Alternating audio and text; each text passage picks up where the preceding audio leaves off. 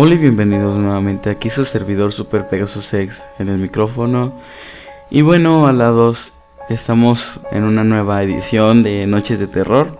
Sé que ya tenía mucho que no los hacía, pero bueno, esta vez nos tocó. Estaba buscando las músicas sin copyright porque tenía miedo a que pasara algo con mi canal, con eso de las nuevas normas en internet. Pero bueno, ya estamos de nuevo con estas historias. Y bueno, la historia que nos tocará el día de hoy es el experimento ruso del sueño. Investigadores rusos a finales de los 40 mantuvieron a 5 personas despiertas por 15 días utilizando un estimulante basado en gas. Los tuvieron encerrados en un ambiente sellado para monitorear cuidadosamente el uso del oxígeno, para que el gas no los matase, debido a las altas concentraciones de gas. Esto fue antes de que existiera el circuito cerrado, por lo que tuvieron que usar micrófonos y ventanas con grosor de 5 pulgadas para monitorearlos. El cuarto estaba lleno de libros, cobijas para dormir pero ninguna cama, agua corriente, baño y la suficiente cantidad de comida para que los 5 sobrevivieran por un mes. Los sujetos de prueba eran prisioneros políticos y de guerra declarados enemigos del Estado durante la Segunda Guerra Mundial. Todo estuvo bien por los primeros 5 días. Los sujetos rara vez se quejaban después de que falsamente les habían prometido su libertad si aceptaban tomar parte de la prueba y no dormir por 30 días. Sus conversaciones y actividades fueron monitoreadas y los científicos notaron que conforme pasaba el tiempo, ellos hablaban sobre incidentes traumáticos de su pasado. Después de 5 días empezaron a quejar de las circunstancias y eventos que los llevaron a donde estaban y empezaron a demostrar paranoia severa. Dejaron de hablar entre ellos y comenzaron a murmurar de manera alterna en los micrófonos. De manera extraña, todos parecían creer que podían ganar la confianza de sus captores si traicionaban a sus camaradas. En un principio se creyó que esto era un efecto del gas. Después de 9 días, el primero de ellos empezó a gritar, corría por todo el cuarto gritando repentinamente por 3 horas seguidas. Después trató de continuar gritando, pero solo podía dar un grito ocasional. Los científicos postularon que físicamente se había destrozado las cuerdas vocales. La parte más sorprendente de este comportamiento fue cómo sus compañeros reaccionaron a esto, o mejor dicho, como no reaccionaron, continuaban murmurando en los micrófonos hasta que el segundo de los prisioneros comenzó a gritar. 2 de los prisioneros que no gritaban tomaron los libros y llenaron las páginas de sus propias heces, y de manera calmada los pusieron sobre las ventanas del cuarto. Los gritos cesaron de repente. Pasaron otros 3 días. Los investigadores checaban los micrófonos constantemente para asegurarse de que trabajaban, porque creían que era imposible no escuchar sonidos con 5 personas dentro. El consumo del oxígeno indicaba que los 5 debían seguir vivos. De hecho, el consumo de oxígeno era el necesario para 5 personas que hacían ejercicio extenuante.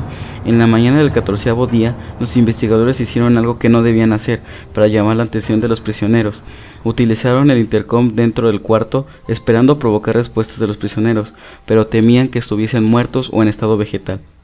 Anunciaron: abriremos el cuarto para probar los micrófonos. Aléjense de las puertas y acuéstense con las manos atrás en el piso o se les disparará. Se les otorgará la libertad a uno de ustedes si obedecen.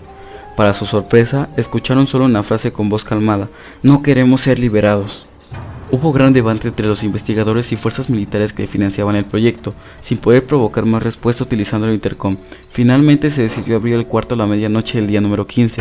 Se limpió el gas del cuarto y se llenó de aire fresco. Inmediatamente voces de los micrófonos empezaban a objetar. Voces diferentes rogaban por la vida de sus seres queridos que encendieran nuevamente el gas. Se abrió el cuarto para sacar a los prisioneros. Gritaron más fuerte que nunca, al igual que los soldados cuando vieron lo que había dentro.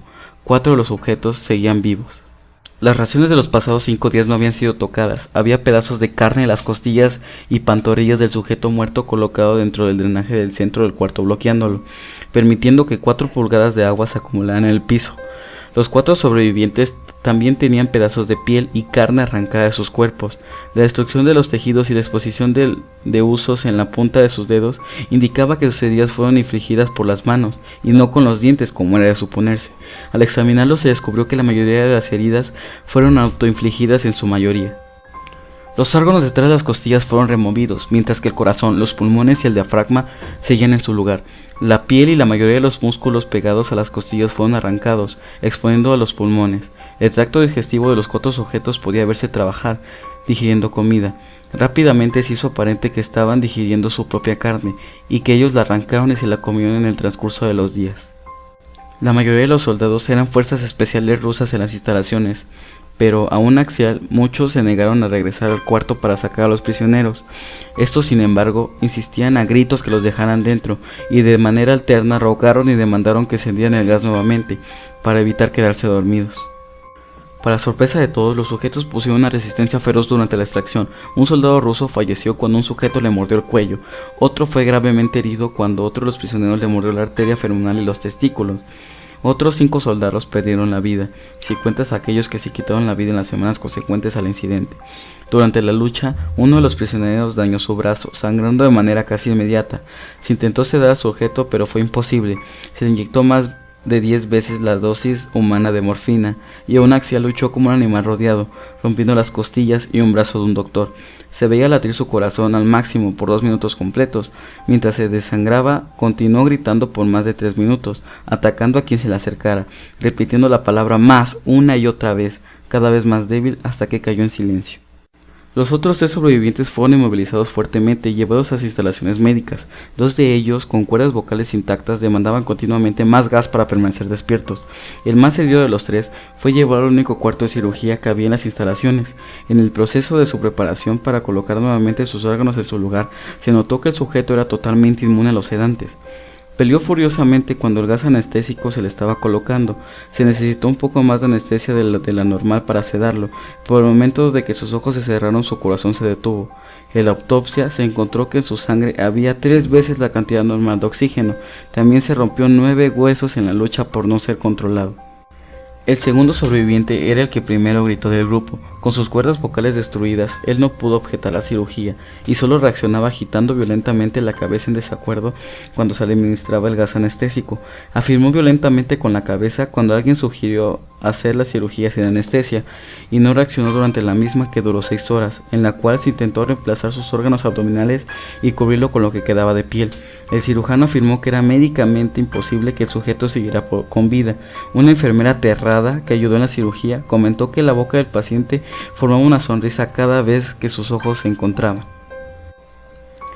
Cuando la cirugía terminó, el sujeto miró al cirujano y empezó a hacer sonidos fuertemente, como tratando de hablar, asumiendo que esto era de gran importancia.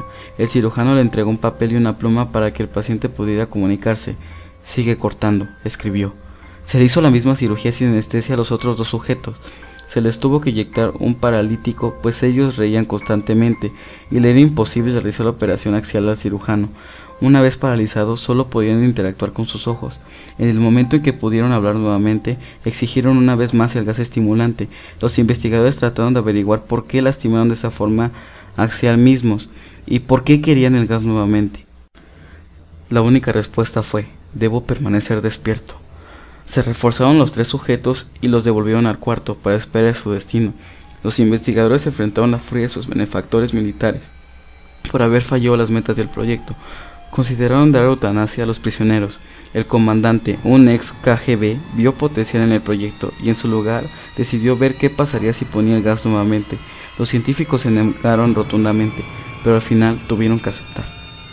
En preparación para ser sellados nuevamente en el cuarto, los prisioneros fueron conectados a un monitor EEG. Para sorpresa de todos, los 3 dejaron de pelear en el momento que se dieron cuenta que los regresarían al gas. En este momento era obvio que los 3 estaban haciendo un gran esfuerzo por mantenerse despiertos. Uno de los prisioneros estaba murmurando una canción. El sujeto mudo peleaba con sus ataduras de la piel, como si tratara de enfocarse con algo. El último sujeto mantenía su cabeza en la almohada y parpadeaba rápidamente, siendo este el primero al que se le puso el EEG. La mayoría de los investigadores monitoreaban sus ondas cerebrales con sorpresa. Eran normales la mayor parte del tiempo. Algunas veces parecían una línea recta de manera inexplicable. Parecía que repetidamente sufrían de muerte cerebral. Mientras analizaban los datos, una enfermera notó que los ojos del sujeto se cerraron. Sus ondas cerebrales cambiaron inmediatamente por las del sueño profundo. Luego se pusieron rectas y de manera simultánea su corazón se detuvo. El único sujeto que quedaba, que podía hablar, comenzó a gritar para que lo encerraran en ese momento. Sus ondas cerebrales mostraban las líneas rectas del sujeto que acababa de morir por quedarse dormido. El comandante dio la orden de sellar a los 4 con los 2 prisioneros dentro, junto con 3 de los científicos. Uno de los 3 inmediatamente tomó un arma y abrió fuego contra el comandante, matándolo de un tiro entre los ojos. Después apuntó al prisionero mudo y le voló el cerebro. Apuntó al prisionero que quedaba vivo mientras que los demás investigadores se escaparon del cuarto. «No me encerrarán con estas cosas, no contigo», le gritaba el prisionero que estaba atado al camastro. «¿Qué eres?», demandó. «Necesito saber». El prisionero sonrió. «¿Tan fácilmente te has olvidado de mí?», el prisionero preguntó. «Somos ustedes. Somos la locura que está encerrada en todos ustedes, rogando por libertad en cada momento de tu vida desde lo más profundo de tu mente animal. Somos aquello de lo que te escondes en tu cama todas las noches. Somos lo que te duermes y silencias y paralizas cuando te vas a tu cielo nocturno, donde no te podemos alcanzar». El investigador hizo una pausa, apuntó al corazón del prisionero y disparó. El eje mostró una línea recta mientras el sujeto débilmente murmuró: «Casi tan libre».